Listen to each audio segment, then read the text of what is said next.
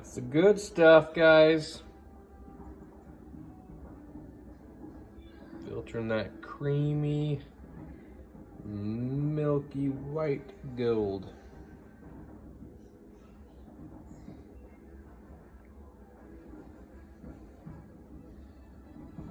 This is just from one goat, just this morning. She's our rock star. I bet if I milked twice a day and took the babies off, I bet she'd produce a gallon and a half, 2 gallons a day.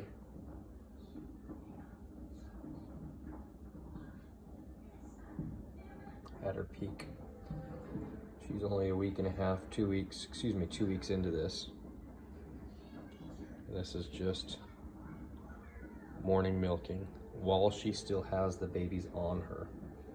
We haven't even taken the babies off.